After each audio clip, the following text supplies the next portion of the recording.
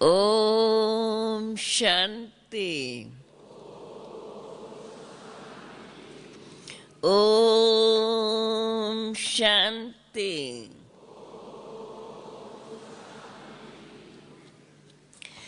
तो आज बाप दादा बोले, मीठे बच्चे मर्जीवा बने हो तो क्या करो? हाँ, मर्जीवा मना नया जन्म। जब मर्जीवा जन्म हमारा हो गया तो बाबा कहते हैं मर्जीवा बने हो तो सब कुछ भूल जाओ, पास्ट का सब कुछ भूल जाओ। जैसे नया जन्म लेते हैं तो पहले जन्म का कुछ भी याद नहीं रहता, बस एक बाप जो सुनाते हैं वो ही सुनो और बाप को ही याद करो। गाया हुआ है, तुम ही संग बैठूं, तुम ही संग खाऊं और तुम ही संग रास रचाऊं। प्रश्न है आज का, सद्गति दाता बाप बच्चों के सद्गति के लिए कौन सी शिक्षा देते हैं? बाप की हम बच्चों के लिए शिक्षा है सद्गति में जाने के लिए अशरीरी बनकर बाप और चक्कर को याद करो।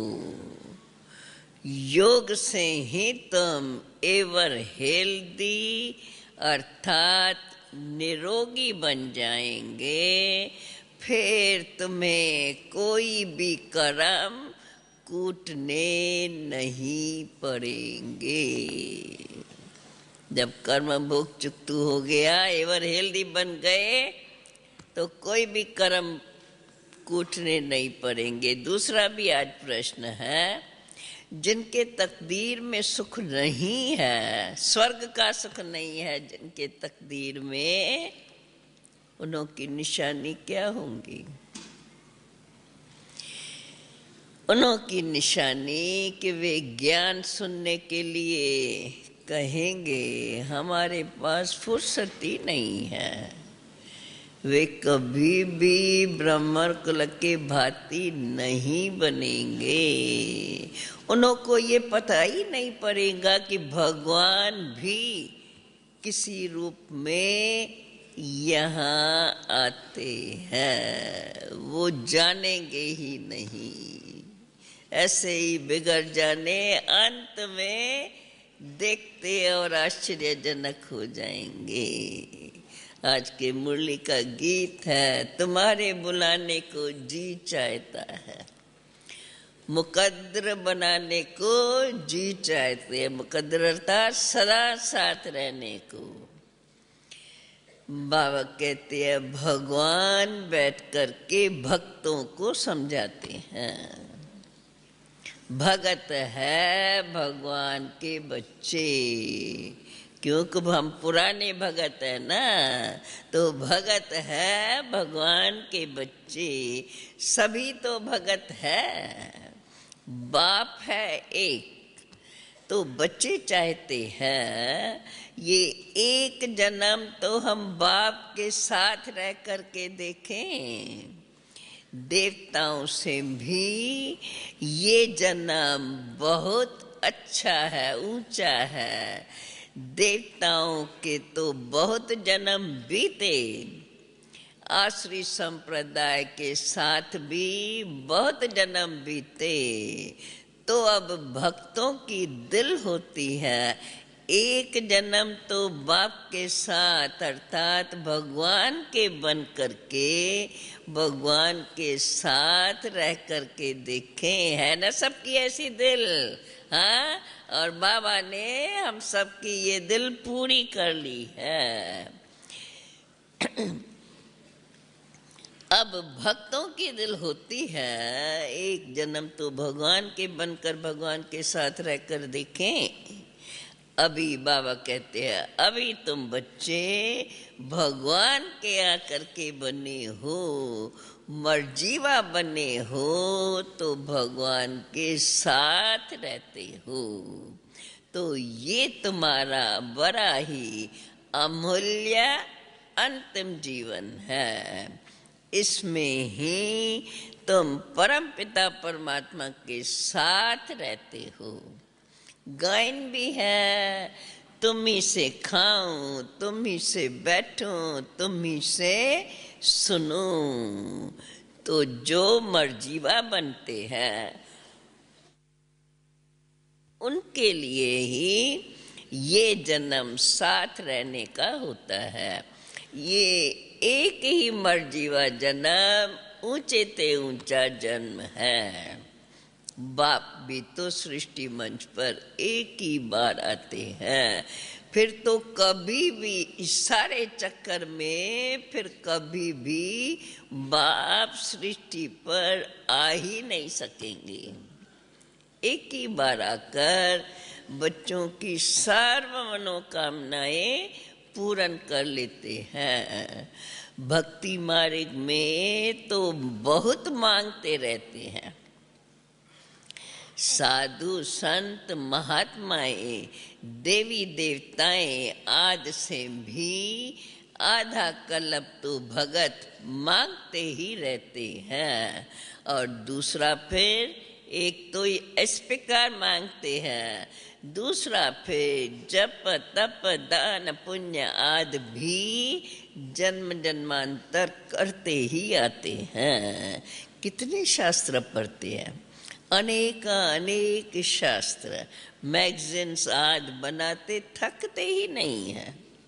समझते हैं इन सब पढ़ने से हमें भगवान मिलेगा, परंतु क्या बाप स्वयं अभी कहते हैं तुम जन्म जन्मांतर जो कुछ भी पढ़ते आए हो, अब ये जो कुछ भी शास्त्र आदि पढ़ते हो उनसे मेरी कोई प्राप्ति नहीं होगी। किताब तो बहुत है। देखो क्रिश्चियन लोग भी कितना सीखते हैं, अनेक भाषाओं में बहुत कुछ लिखते ही रहते हैं, मनुष्य पढ़ते ही रहते हैं। अभी बाप कहते हैं, बाप क्या कहते हैं, बच्चे जो कुछ भी पढ़े हो सब अभी भूल जाओ अथवा बुद्धि से भुला दो। बाबा कहते हैं मार दो जो भी कुछ देखा है। बहुत किताब पढ़ते हो, किताबों में है फलाना भगवान है, फलाने अवतार, 24 अवतार बताते हैं कि ये सब किताबों में बातें आई है ना। अभी बाप कहते हैं मैं अब स्वयं आया हूँ, तो मैं तुम्हें अपना परिचय देता हूँ। जो अभी मेरे बनते हैं उन्हों को ही मैं कहता हूँ कि जो कुछ भी पढ़ा है उन सब को भूल जाओ। सारी दुनिया की और तुम्हारी बुद्धि में जो सारी दुनिया के अथवा तुम्हारे बुद्धि में जो बात नहीं थी, अब मैं तुम्हें वो ही सुनाता हूँ।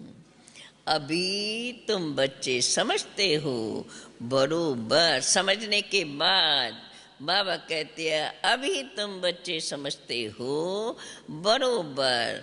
बाबा जो समझाते हैं वो कोई भी शास्त्रों आदि में है ही नहीं। बाप तो बहुत गुह्य और रमणीक बातें समझाते हैं। देखो ड्रामा की नॉलेज बाबा कितनी सहज रीति से तुम बच्चों को ड्रामा के आदि मध्य अंत का राज, रचयिता और रचना का सारा समाचार तुमको बैठ सुनाते हैं। फिर भी कहते हैं इतना सारा विस्तार सुनाते फिर भी बाप तुम्हें कहते हैं अच्छा बच्चे जास्ती नहीं तो 2 अक्षर ही तो याद करो। कौन से 2 अक्षर? मन मनाम भाव मध्यादि भव। ये अक्षर तो है भक्ति मारे के गीता के, परंतु बाप तुम्हें इसका अर्थ बड़ा अच्छी रीत से समझाते हैं। भगवान ने तो आकर के सहज राजयोग सिखाया है। भगवान तो इतना ही कहते हैं, बच्चे तुम सिर्फ मुझ बाप को याद करो। भक्ति में तो बहुत याद करते थे, गाते भी तो है, दुख में सिमरन सब करे, सुख में करे न को। फिर भी गाते हुए भी फिर भी समझते नहीं हैं। जरूर है सत्युग त्रेता जो है ही सुख की दुनिया, तो सुख की दुनिया में याद क्यों करेंगे। अब माया के राज में दुख मिलता है, तब ही तो दुख में बाप को याद करना होता है, और फिर सत्युग के अथाह सुख भी याद आते हैं। बाप को भी याद करते हैं और जो सुख भोग चुके हैं वे भी याद आते हैं। उस सुख की दुनिया में कौन थे? बाबा कहते हैं उस सुख की दुनिया में कौन थे? क्या कहेंगे हम लोग? उस सुख की दुनिया में वही थे जिन्होंने बाप से संगम पर यह राजयोग और ज्ञान सीखा था। बाबा कहते हैं देखो बच्चों में कैसे अनपढ़ भी है, अनपढ़ों के लिए तो और ही बहुत अच्छा है, क्योंकि कहाँ भी बुद्धि जाएंगी नहीं, कुछ पढ़े ही नहीं है, इन बातों को फिर याद करते रहे। बाप तो कहते हैं बच्चे तुम्हें यहाँ तो चिप ही रहना है, मुख से भी कुछ नहीं कहना है, सिर्फ अंदर ही अंदर बाप को याद करते रहो तो तुम्हारे विकर्म विनाश हो जाएंगे। फिर मैं तुमको अपने साथ ले जाऊंगा। ये बातें थोड़ी थोड़ी कुछ न कुछ कहा जाता है ना, आटे में नमक के मिसल, कुछ न कुछ गीता में है, क्योंकि प्राचीन भारत का धर्म शास्त्र तो है ही यह गीता। यही भारत नया था, अब यही भारत पुराना हुआ है। शास्त्र तो एक ही होगा ना, जैसे बाइबल एक ही है। जब से क्रिश्चियन धर्म स्थापन हुआ है तो अंत तक उनका वही शास्त्र चला रहा है। क्राइस्ट की भी तो बहुत महिमा करते हैं, कहते हैं क्राइस्ट ने आकर के पीस स्थापन की।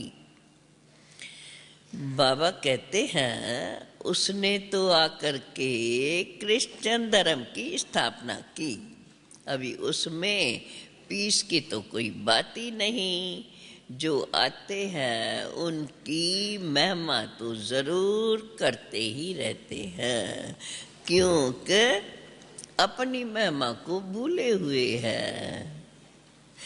बुद्ध क्रिश्चियन आज वे कभी भी अपने धर्म को छोड़ औरों की महिमा नहीं करेंगे। भारतवासियों का तो अब कोई धर्म है ही नहीं। जो धर्म था उनका, उसको धर्म के नाम को ही भूल गए हैं। बल उनकी मूर्तियां पूजते हैं, पर धर्म वो हमारा था, हम उस धर्म के हैं, ये नाम ही भूल गए हैं। ये भी ड्रामा में नुदा हुआ है। जब बिल्कुल ही नास्तिक बन जाते हैं तब ही फिर बाप आते हैं, बाप समझाते हैं। देखो स्कूलों आज में किताबें पढ़ी जाती हैं तो उसमें फिर भी एम ऑब्जेक्ट है, पढ़ते हैं तो फिर जाकर के कोई न कोई स्टेटस लेते हैं, तो उससे उनको फायदा होता है, कोई न कोई मर्तबा मिल जाता है। परंतु ये जो शास्त्रार्थ पढ़ते हैं उसको तो बाबा कहते हैं केवल अंधश्रद्धा ही कही जाएंगी। पढ़ाई को कभी भी अंधश्रद्धा नहीं कहेंगे। ऐसे नहीं कि पढ़ाई कोई अंधश्रद्धा से पढ़ते हैं। पढ़ाई पढ़ते हैं तो जैसी जैसी पढ़ाई पढ़ते हैं, बैरिस्टरी पढ़ते हैं तो बैरिस्टर बनते हैं, इंजीनियरिंग पढ़ते हैं तो इंजीनियर जाकर बनते हैं, उनको अंधश्रद्धा कैसे कहेंगे? इसी प्रकार से बाबा कहते हैं ये भी ईश्वरी विश्वविद्यालय है, ये भी तो पाठशाला है। ये कोई वास्तव में सत्संग नहीं है। जैसे आजकल सब सत्संग बोलते हैं, तो बाबा कहते हैं ये कोई ऐसे सत्संग नहीं है, लिखा हुआ ही है ईश्वरी विश्वविद्यालय। तो समझना चाहिए ना, जरूर ईश्वर का बहुत भारी विद्यालय होगा, सो भी विश्व के लिए। सभी को ये पैगाम देना है कि देह सत, सभी देह के धर्मों को छोड़ अपने स्वधर्म में टिको, फिर अपने बाप को याद करो तो अंत मत्ते सो गति हो जाएंगी। बाबा कहते हैं अपना भी चार्ट लिखना है। कितना समय हम योग में रहते हैं, ऐसे नहीं हर एक कोई रेगुलर चार्ट लिखते होंगे, नहीं। बच्चे तो थक जाते हैं। वास्तव में क्या करना है, रोज जैसे बाबा कहते हैं, जैसे रोज अपना मुँह आईने में देखते हैं, वैसे चार्ट लिखना, अर्थात अपना मुंह अपने आईने में देखना है। तो खुद को पता चल जाएगा कि हम लक्ष्मी को अथवा सीता को वरने लायक बने हैं या प्रजा में हम चले जाएंगे। पुरुषार्थ तीव्र कराने के लिए चार्ट लिखने को कहा जाता है, और देख भी सकते हैं अपने को बरोबर हमने कितना समय शिव बाबा को याद किया है। फिर चार्ट लिखते समय सारी दिनचर्या सामने आ जाती है। जैसे छोटे बच्चे से लेकर सारी आयु की जीवन याद रहती है ना, तो क्या एक दिन का याद नहीं पड़ेगा? देखना है हम बाबा को और चक्कर को कितना समय याद करते हैं। ऐसी प्रैक्टिस करने से रुद्रमाला में परोने के लिए दौरी जल्दी पहन सकेंगे। ये है योग की यात्रा, जिसको वास्तव में और कोई जानते ही नहीं। जब कोई जानते ही नहीं तो सिखा भी कैसे सकेंगे? बाबा कहते हैं तुम बच्चे जानते हो अब तुम्हें बाप के पास लौटना है। बाप का तो वर्षा है ही तुम्हारे लिए राजाई, इसलिए इस पर नाम पड़ा है सहज राजयोग। अभी बाबा कहते हैं बच्चे अभी तुम सब हो राज ऋषि, वे तो है हठ योग ऋषि। वे भी हठ योग ऋषि भी पवित्र जरूर रहते हैं। राजाई में तो राजा रानी फिर प्रजा सब चाहिए। सन्यासियों में तो राजा रानी है ही नहीं, उन्हों का है हद का वैराग, और तुम्हारा है ये बेहद का वैराग।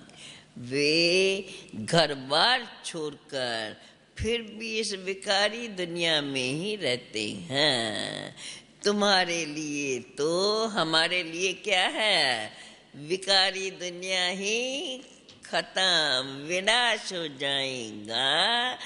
बाबा कहते हैं तुम्हारे लिए तो इस दुनिया के बाद, पुरानी दुनिया के बाद है ही स्वर्ग, दैवी बगीचा। तो तुम्हें वो ही अब भी याद पड़ना चाहिए। बाबा कहते अब ये बात तो तुम बच्चे ही बुद्धि में रख सकते हो। ऐसे भी बहुत बच्चे हैं चार्ट लिखते हैं, और ऐसे भी बहुत बच्चे हैं जो चार्ट लिख भी नहीं सकते, चलते चलते लिखते लिखते थक पड़ते हैं। बाबा कहते हैं बच्चे अपने पास नोट करो, मैं कितना समय प्लवीत बाबा को याद करता हूँ। जिस बाप की याद से ही तो तुम्हें ये बेहद का वर्षा लेना है। जब राजाई का वर्षा लेना है तो फिर तुम्हें अपनी प्रजा भी तो बनानी है। बाबा तो है स्वर्ग का रचता, तो उनसे बच्चों को जरूर स्वर्ग का वर्षा ही तो मिलना चाहिए।